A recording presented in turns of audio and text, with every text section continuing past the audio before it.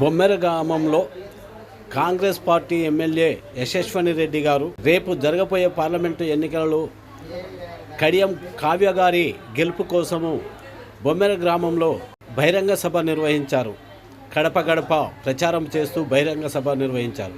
ఈ సభకు Palakurthi division CPM party Saraiah, Somasatyam, Congress party నాయకులు రాఘవరావు, చిన్నసోమయ్య, ఆటో యూనియన్ పరశురాములు మొదలగు వారు పాల్గొనగా గ్రామ ప్రజలు అధిక సంఖ్యలో పాల్గొని ఈ ప్రచార యాత్రను విజయవంతంగా ముగించుకున్నారు.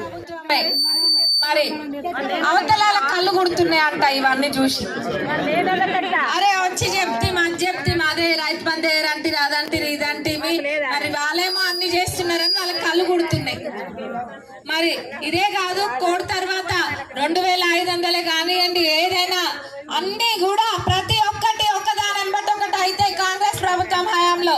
ఎందుకంటే చెప్పే చరిత్ర వాళ్ళది కానీ చేసే చరిత్ర ఎప్పుడైనా కాంగ్రెస్ ప్రభుత్వం. గతంలో కూడా మీరు అందరు కూడా చూసిండ్రు, ఈడ రాష్ట్రంలో రాజశేఖర్ రెడ్డి గారు ఉన్నప్పుడు, కాంగ్రెస్ ప్రభుత్వం ఉన్నప్పుడు, అక్కడ కేంద్రంలో కాంగ్రెస్ ప్రభుత్వం ఉన్నప్పుడు ఎన్నెన్ని మంచి పథకాలు తెచ్చిండ్రు. ఇప్పుడు అదే విధంగా ఇక్కడ రాష్ట్రంలో కాంగ్రెస్ ప్రభుత్వం ఉంది, అక్కడ కేంద్రంలో కాంగ్రెస్ ప్రభుత్వం వస్తే మనని ఎవరు ఆపలేరు అభివృద్ధి చేయడానికి. మరి అంతటా అభివృద్ధి జరుగుతుంది. మరి బీజేపీ వాళ్ళు ఉన్నారు ఇక్కడ, మన దగ్గర బీజేపీ లేదు కానీ వాళ్ళ గురించి ఒక 2 ముచ్చట్లు మాట్లాడుకుందాం. లేకపోయినా వాళ్ళ కథ ఏందో మీకు కూడా తెలియాలి కదా. వాళ్ళు వస్తే రిజర్వేషన్లు రద్దు చేసి రాజ్యాంగాన్ని మారుద్దామన్న ఆలోచనలో వాళ్ళు ఉన్నారు. రిజర్వేషన్లు మారుస్తే మరి మన బిడ్డల భవిష్యత్తు ఏం కావాలి? రిజర్వేషన్లు పెట్టుడు వల్ల కాదా? పెన్షన్లు అందరు ఆసరా పెన్షన్లు అవ్వాలకు తాతలకు అందరికి కూడా ఆసరా పెన్షన్లు 1 నెల లోపలనే పడతాయి. ఇంకా ముందే పడతాయి కానీ దూరం చెప్పి ముందు పడితే ఇంకా మంచిది కదా. నెల లోపల అయితే ఖచ్చితంగా అందరు అవ్వలకి తాతలకి పెన్షన్లు పడతాయి. మరి కాంగ్రెస్ ప్రభుత్వం అధికారంలోకి వచ్చి 5 నెలలే అయినా కానీ మీ అందరికీ తెలిసి ఈరోజు అక్క చెల్లెళ్ళు అందరూ కూడా బస్సులలో ఉచితంగా ప్రయాణం చేస్తుండ్రంటే అది కాంగ్రెస్ ప్రభుత్వం వల్లనే. అందరూ కూడా గతంలో వాళ్ళ ఊర్లోకి వెళ్ళాలన్నా కానీ వెళ్ళలేకపోయేటోళ్ళు, కానీ ఇప్పుడు మా ఇంట్లో చేసే వాళ్ళని ఎవరైనా అక్కడ హైదరాబాద్ వాళ్ళు కూడా అంటే కిక్కు అంటే ఇంకా బస్ ఎక్క ఊరికి పోను అంటే చూడాలనిపిస్తే వాళ్ళ అమ్మనో లేకపోతే ఇంకేదైనా అవసరం ఉంటే వెళ్ళాలన్నా వెళ్ళకపోయేటోళ్ళు గతంలో. కానీ ఇప్పుడు వెళ్ళాలనుకున్న ప్రతి ఒక్క అక్క చెల్ల కాంగ్రెస్ ప్రభుత్వం యొక్క బస్సు పథకం వల్ల అందరూ కూడా ఎక్కడికి కావాలంటే అక్కడికి చేయి జాపకుండా, ఎవరి దగ్గర చేయి జాపకుండా వాళ్ళు వెళ్ళగలుగుతున్నారు. మరి అది కాంగ్రెస్ ప్రభుత్వం వచ్చిన ఎంబటే కూడా చేసింది. మరి 500 గ్యాస్ సిలిండర్, 200 యూనిట్ల కరెంటు ఫ్రీ. ఆరోగ్యం బాగాలేకపోతే చూపించుకోవాలి అన్న దానికన్నా కూడా ఏడా అప్పు చేయాలన్నది టెన్షన్ ఎక్కువ అయిపోతుంది అందరికి. ఆ పరేషాన్ ఏది కూడా లేకుండా 10 లక్షల ఆరోగ్యశ్రీ కూడా ఇవ్వడం జరుగుతుంది. మరి ఇవన్నీ కాకుండా ఇప్పుడు రేపు కోడ్ అయిపోయినాక ఆ రోజు భద్రాద్రి రాముడి సాక్షిగా ప్రకటించిండ్రు, నియోజకవర్గానికి 3500 ఇల్లులు వస్తాయి.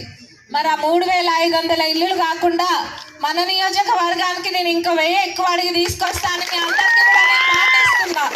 ఎందుకంటే ఎంపీ క్యాండిడేట్ కి మన నియోజకవర్గం నుంచే మంచి మెజారిటీ పోతుంది కాబట్టి ఇంకో 1000 ఇల్లులు ఎక్కువ అడిగి తెచ్చుకునే హక్కు మనకు ఉంటుంది.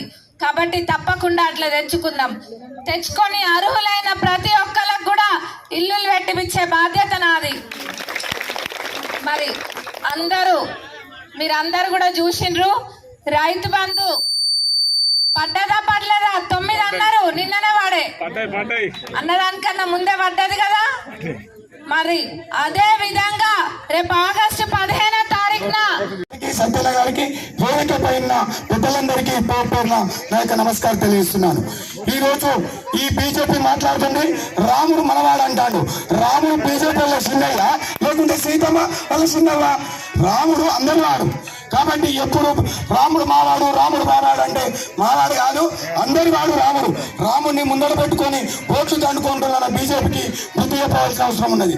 ముఖ్యంగా ఈ ఎలక్షన్ జరిగేది మన తెలంగాణ ఇచ్చిన తల్లి సోనియా గాంధీ కుమారుడు రాహుల్ గారి మధ్య మోడీ మధ్య జరిగే యుద్ధంలో న్యాయం ధర్మం ఒకవైపు ఉంటే అధర్మం ఒకవైపు ఉంది. ధర్మం కావాలన్నా మనకు అధర్మం కావాలన్నా ధర్మం మన వైపు ఉంది, అధర్మం బీజేపీ వైపు ఉంది.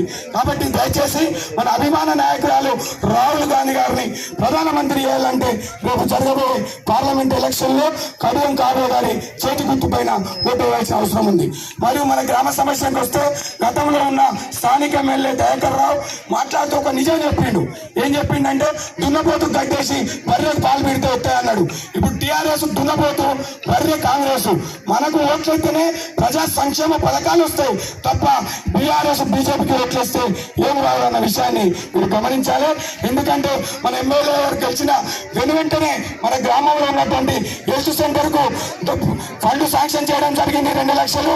ఎస్సీ కమ్యూనిటీలకు 2 లక్షలు మంజూరు చేయడం జరిగింది. గ్రామ పంచాయతీకి 5 లక్షలు కాంపౌండ్ వాళ్ళు శాంక్షన్ చేయడం జరిగింది. మరియు అంగన్వాడీ సెంటర్ కు 3 లక్షలు శాంక్షన్ చేయడం జరిగింది. మరియు ఈ విధంగా గెలిచిన 1-2 నెలలనే ఇన్ని సంక్షేమ పథకాలు చేస్తే రాబోయే రోజులలో ఆ బొమ్మెర గ్రామాన్ని ఆదర్శనీయంగా తీర్చిదిద్దడానికి మీరందరూ కూడా కాంగ్రెస్ పార్టీ పైన చేతి గుర్తు పైన ఓటేయాలి. దానికి తోడు ఇక్కడ ఉన్నటువంటి స్థానిక మాజీ శాసనసభ్యులు ఎమ్మెల్యే దయాకర్ రావు ఇక్కడ డబుల్ బెడ్రూమ్లు కట్టిస్తారని కట్టించి దేనికి పనికి రాకుంటున్నాయి. కాంగ్రెస్ పార్టీ అదవులు ఎలక్షన్ల ముందు చెప్పినాం, కాంగ్రెస్ పార్టీ రేపు డబుల్ బెడ్రూమ్లను పంచుతుంది. ఇక్కడ ఉన్న ప్రతి ఒక్కరికి అర్హులైన ప్రతి ఒక్కరికి ఇల్లు ఇచ్చే బాధ్యత కాంగ్రెస్ పార్టీదే. రేపు 15వ తారీఖు ఆగస్టు 15వ తారీఖు అందరికీ 2 లక్షల రుణమాఫీ కాబోతుందన్న విషయాన్ని కూడా అందరూ గమనించాలి. ఇక్కడ ఉన్నటువంటి చాలా మంది ఈ యొక్క గ్రామాన్ని ఆ రోజు దయాకర్ రావు గారు ఏ అభివృద్ధి చెందలేదు, కేవలం ఏ అభివృద్ధి చేయలేదు కాంగ్రెస్ పార్టీ. ఇక్కడ ఈ గ్రామంలో అభివృద్ధి చేసిన ఘనత ఏకైక పార్టీ కాంగ్రెస్.